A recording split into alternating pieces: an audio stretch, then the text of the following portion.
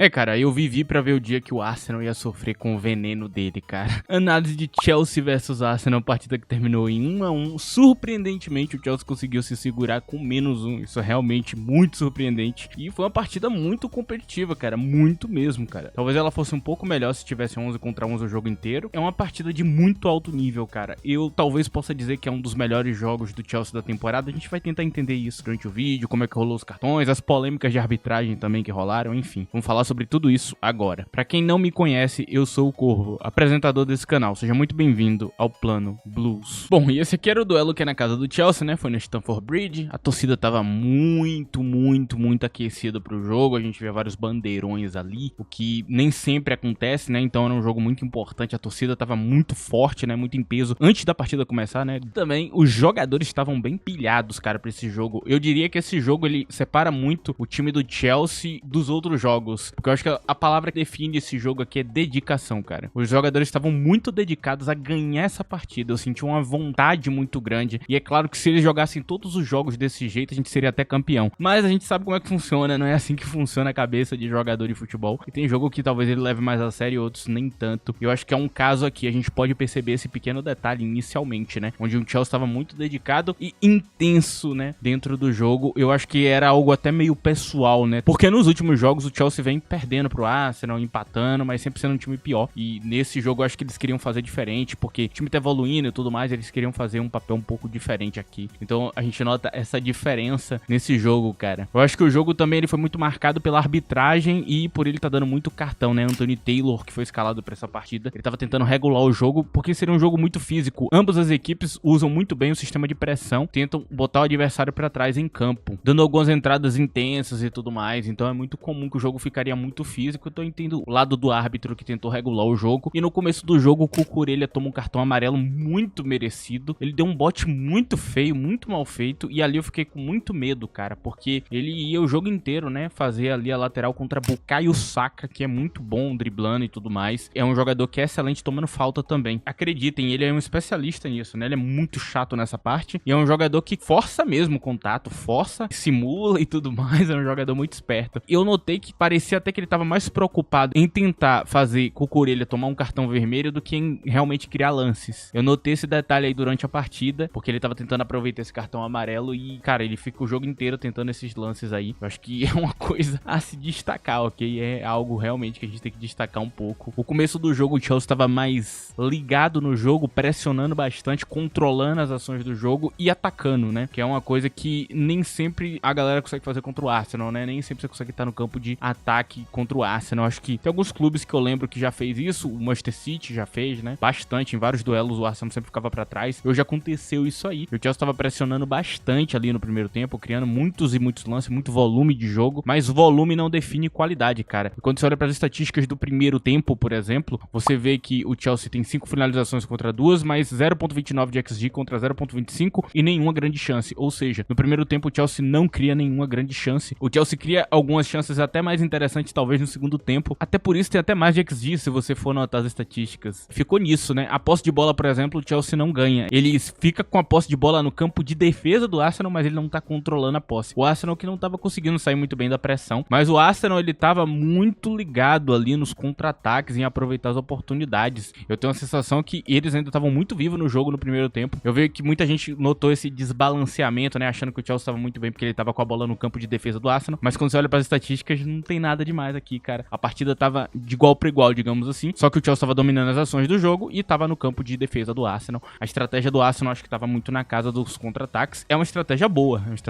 ok? Atraiu o Chelsea para depois você contra-atacar ele em velocidade, é algo muito bom. E também no primeiro tempo teve ali o cartão amarelo que rolou em Calafiori, cara. Ele tomou os 27 minutos esse cartão amarelo e isso é muito bom, porque se de um lado tem um Saka muito chato, do nosso lado tem Estevão, que é difícil de marcar. Mas ainda assim ele saiu bem, ok? Ele não tremeu não um pouco por causa do cartão amarelo, mas ele tava com muito mais cuidado, né, depois que ele tomou o amarelinho dele. Então ficou meio balanceado pros dois lados, né? Ambos os lados podem puxar um cartão vermelho numa marcação errada aí e aproveitar esse momento. A arbitragem tava muito mal no primeiro tempo, inclusive, cara. A arbitragem tava perdida no primeiro tempo. Tinha lance que era pra ser lateral pra gente, que não foi. Lance que era pra ser lateral pro Arsenal, que não foi. Então ele tava errando pros dois lados, completamente maluco. Tendo uma arbitragem um pouco mais rígida pra tentar controlar o ritmo do jogo, né? Pra não perder o jogo, porque o jogo seria desse nível. nível. Então dá pra ver que o árbitro ali, ele ficou meio perdido nesse jogo, sem realmente saber o que fazer, cara. E aí a gente tem um primeiro tempo muito intenso mesmo, cara. Uma intensidade muito alta, o que não é tão normal assim, mas pra proposta de pressão dos dois times, que talvez acabe fugindo pro resto da liga, realmente foi nessa casa. E aí tem o cartão vermelho de Moisés Caicedo, extremamente justo. O VAR chamou, dá pra ver o lance, ele vai com o pé alto na canela do cara com a trava da chuteira. Eu achei que não tava tão alto até eu ver o replay. Depois que eu vi o replay, eu fiquei, eu entendo, vai ser vermelho mesmo. Eu fiquei assim, será que ele vai dar vermelho ou será que ele vai dizer que foi um pouco baixo? Porque não foi na canela,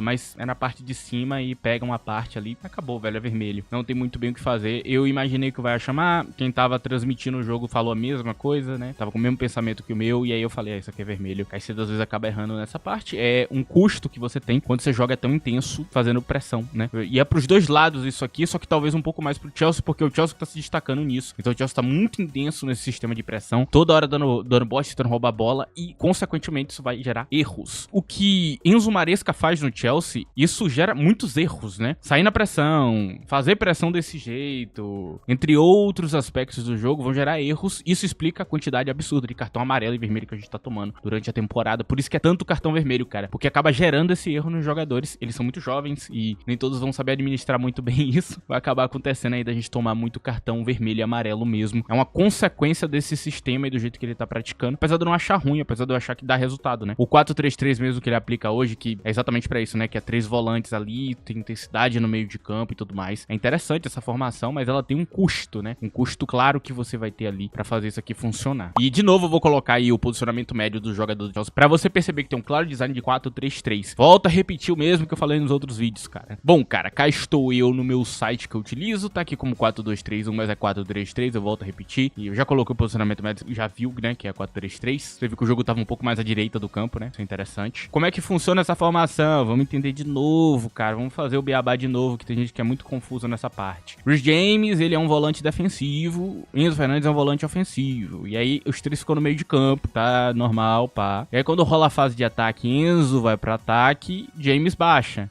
Então, James faz uma dupla de volante com Caicedo um ao lado do outro e Enzo vai pra ataque. Quando isso acontece, sai do 4-3-3 e aí vai pro 3-2-4-1, 3-1-5-1. Às vezes até o próprio James também acaba subindo também pra linha de ataque pra fazer isso, ou até pode rolar de outra maneira, né? Então é assim que funciona o 4-3-3 do Chelsea. Só que os três ficam no meio de campo ali, são três volantes mesmo, ok? É difícil de perceber, eu sei, porque um movimenta pra frente, o outro movimenta pra trás, mas é um 4-3-3, ok? De fato, é um 4-3-3. O posicionamento médio do último vídeo tava lá, 4-3-3, você pode ver, claro, design de 4-3 e 3. Nesse daqui que eu acabei de deixar na tela também, você acabou de ver isso. Então, é isso, cara. E o Arsenal foi pra campo com um 4-2-3-1, que parecia ser um 4-3-3 porque ele tava muito baixo em campo, né? Então, às vezes a gente via Eze quase na linha dos volantes, mas eles eram um meio atacante mesmo. Inclusive, você vê uma clara mudança quando vem a galera do banco de reserva, né? A gente tem aqui o Odegaard ele joga mais ali como um CM mesmo, enquanto a gente vê um Eze que é AM/CM, né? Mas é principalmente AM e vira CM. A gente tem o Odegaard que é o contrário, ele é CM/AM, então ele joga no meio de campo e sobe pra virar ali um meio atacante e atacar espaço de vez em quando, né? E eu acho que dá uma diferença,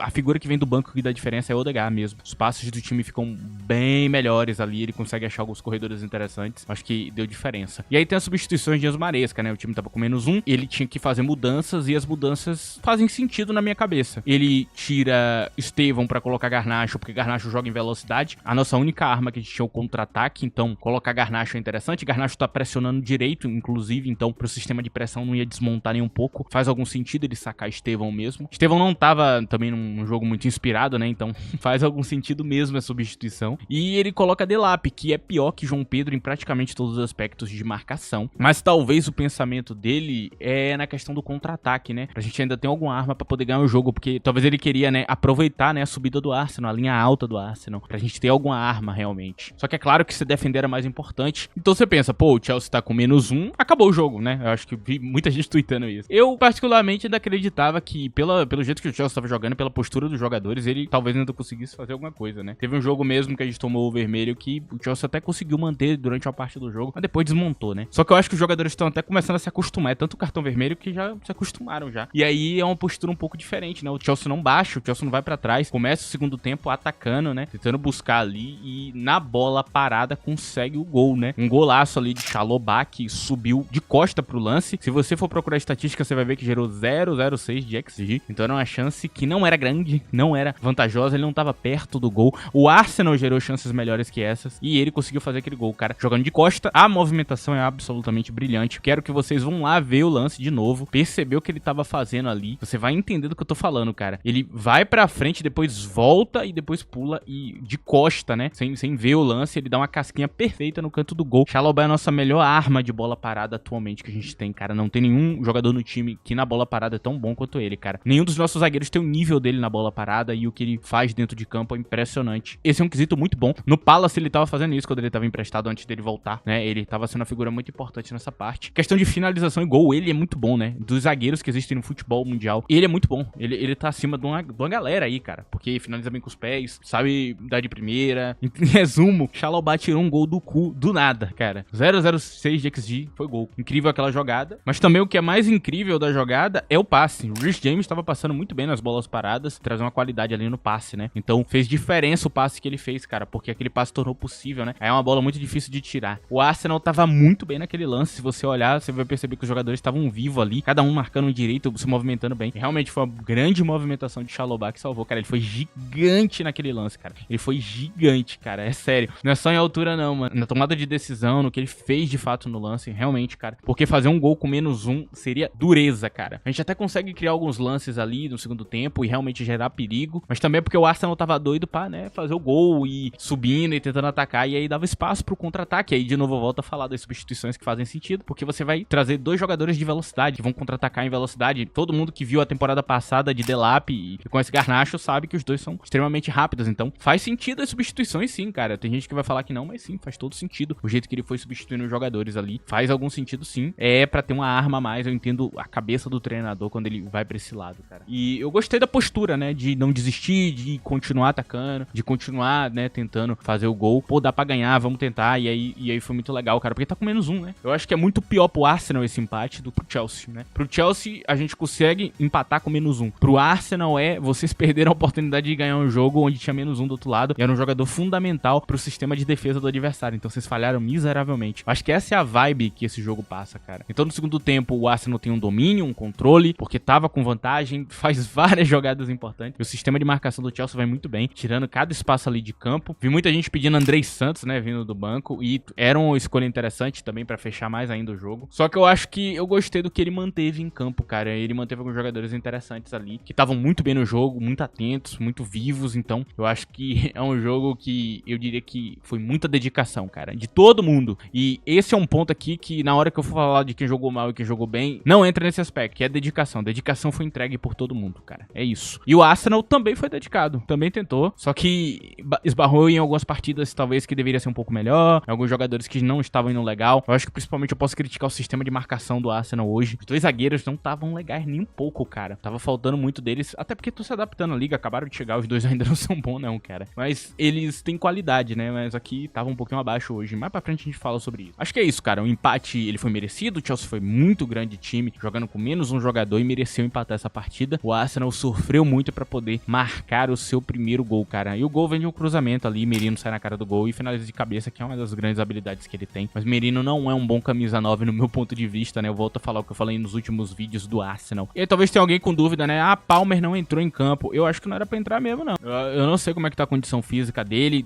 Deram a entender que ele só voltaria depois desse jogo, então não sei quantos minutos ele poderia jogar, se era só 10 minutos. A intensidade física dele tá na dos outros jogadores, porque ele acabou de voltar a treinar. Você não corre na mesma velocidade, demora algumas semanas ainda. Então entendam isso. A intensidade do jogo tava insana. Pra que tu vai colocar um cara voltando de lesão? Não faz sentido. Tu vai prejudicar seu sistema de marcação só pra botar ele em campo pelo meme? Não, ok. Então, pra quem tava falando disso, o treinador tomou a escolha certa, cara. Não dá pra sacrificar no jogo desse. O jogo era muito grande. Você não sabe como é que o cara tá fisicamente ainda, então não coloca ele em campo, cara. Acho que eu falei tudo que eu tinha pra falar, ok? Eu acho que eu não tô muito mais pra falar, não. Acho que tá tudo bem explicado aqui do que rolou em campo, o que o Chelsea fez, o que o Arsenal fez, e é isso. Agora eu vou falar de quem jogou mal e quem jogou bem e detalhar alguns jogadores aqui dos dois lados. Antes disso, vou pedir pra você não esqueça de deixar o like nesse vídeo, é muito importante, ok? Se possível, também utilize a opção de hype, tem na aba de comentários no smartphone, e também agora tem a opção de seja membro ativa, se você quiser ser membro desse canal, agora tá ativo. Você pode me ajudar, né, financeiramente agora, você tem essa opção, né, pra quem gosta muito do canal, quem quer ajudar, pode ficar à vontade aí, tem essa opção agora. E também, se quiser, me siga no Twitter, eu tava, inclusive, comentando esse jogo lá no Twitter, comentei lá um monte de coisa, né, que tava acontecendo, fiz algumas previsões, informação, falei, inclusive, né, do fato do Arsenal não tá com os zagueiros principais, que seria uma vantagem e tudo mais que a gente tinha pra esse jogo, enfim. Foi tudo por lá. Então segue aí, cara. Agora, falando de quem jogou mal e quem jogou bem, eu vou começar pelo Arsenal, em primeiro lugar, cara. Vou detalhar alguns jogadores aqui. Eu gostei dos dois laterais do Arsenal, acho que os dois foram muito bem no jogo inteiro. Acho que os dois estavam bem pra caramba. É claro que ele substitui Calafiori porque ele tava amarelado e é muito perigoso. Ele sabe, né? Pô, tem um jogador driblador do outro lado, não vou deixar. Só que o moleque que vem do banco não tá jogando muito bem os jogos não, cara. Muita gente diz que é por falta de continuidade, talvez seja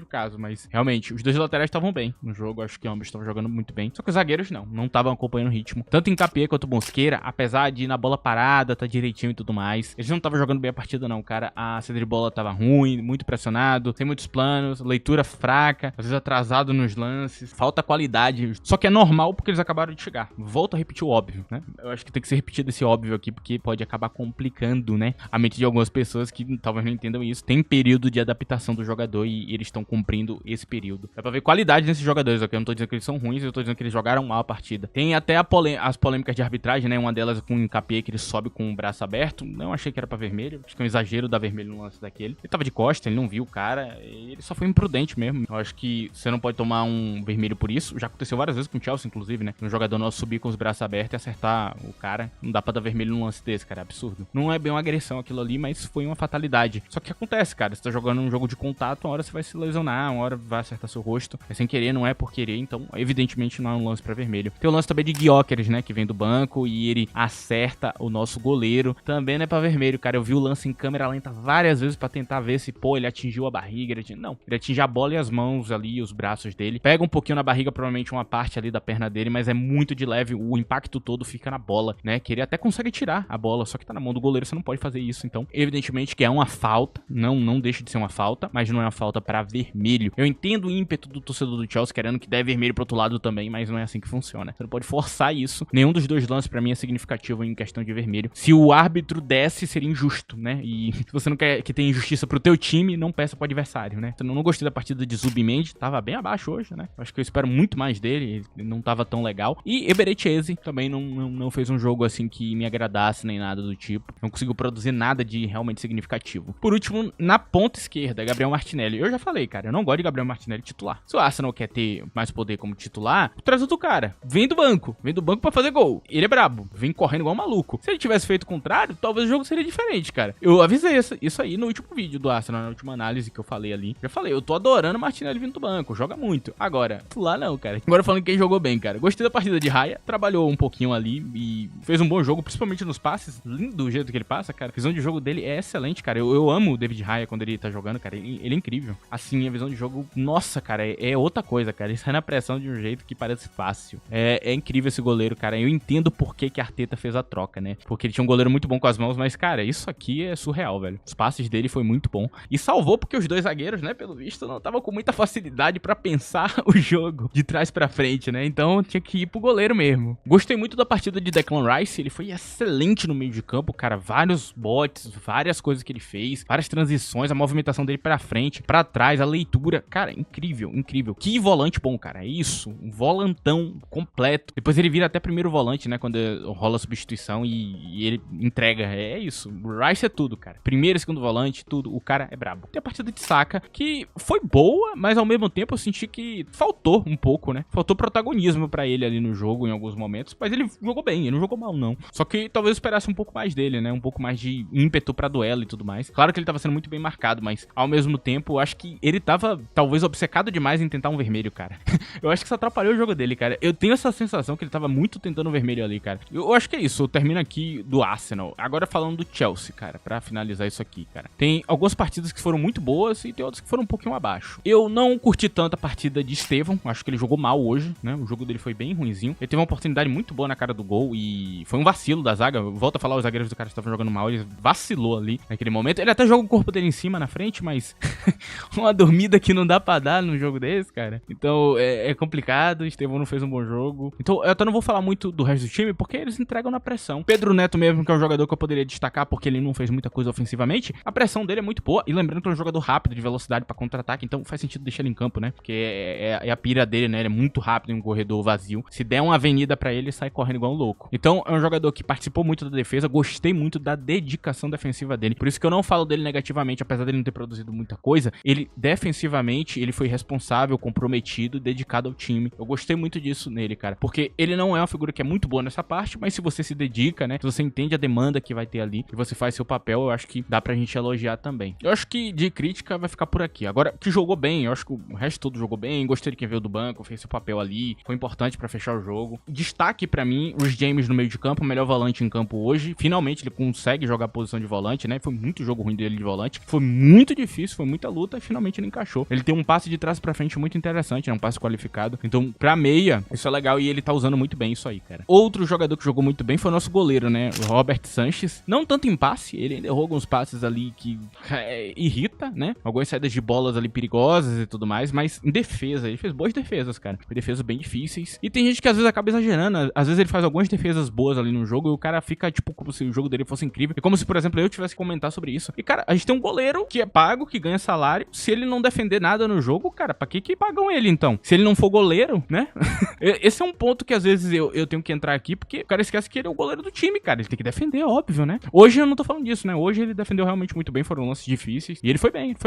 Nas bolas paradas ali, ele tava muito bem ali, recolhendo o escanteio. Foi uma partida boa dele, rara, né? Muito rara mesmo, mas é um goleiro que não pode ser exagerado. Eu também gostei muito da zaga, os dois hoje. Tá muito bem, mas principalmente Chalobah, cara. E pra mim ele é o MVP da partida, o herói do jogo. Não só pelo gol, foi condução, foi ele subindo em velocidade, foi ele defendendo muito bem, cobrindo espaço, porque tava com -1, fazendo pressão direita, tudo que você queria de um zagueiro, ele entregou hoje e pra mim ele foi o herói da partida, ele salvou o jogo. Incrível, mais uma grande atuação de Chalobah, ele que já entregou tantas. O torcedor não gosta tanto dele, né, mas ele se esforça e ele realmente faz muita coisa, cara. São muitos jogos bons, são muito boas atuações pra poucas atuações ruins e o torcedor sempre enfatiza a atuação ruim dele, né? É complicado, mano. Ele às vezes faz 20 atuações boas em sequência e uma atuação ruim você vê a galera falando que, ele não tem nível pro Chelsea. Jogaço hoje e foi fundamental pra nossa vitória, cara. E eu vou finalizar por aqui. Acabou, né? Eu não vou falar de mais ninguém. É isso. Foi uma partida de muita dedicação, histórica. É pra entrar pra história, né? Menos um jogador num jogo tão difícil, líder do campeonato te enfrentando e você consegue fazer um jogo tão grande. É pra entrar pra história. Fomos muito bem hoje. E é isso, cara. É um jogo aí que mostra sinais positivos e talvez um Chelsea consistente durante muitos jogos. E aí talvez entre muito naquele vídeo meu que eu gravei, né? Montando elenco pra essa formação. E eu falei muito disso, né? Que talvez essa formação seria a formação principal, porque nela a gente tem mais consistência, né? O time, ele é um todo. Você não dá muito espaço pro adversário. Você tem um sistema montado e talvez dê grande diferença pros próximos jogos. Talvez o treinador tenha achado a formação dele finalmente. E aí ele pode começar a utilizar ela como a principal. Enfim, agradeço a presença de todos. Você que deixou o like, você que ajudou o vídeo de qualquer maneira. Muito obrigado. Nos vemos em outro vídeo. Tchau.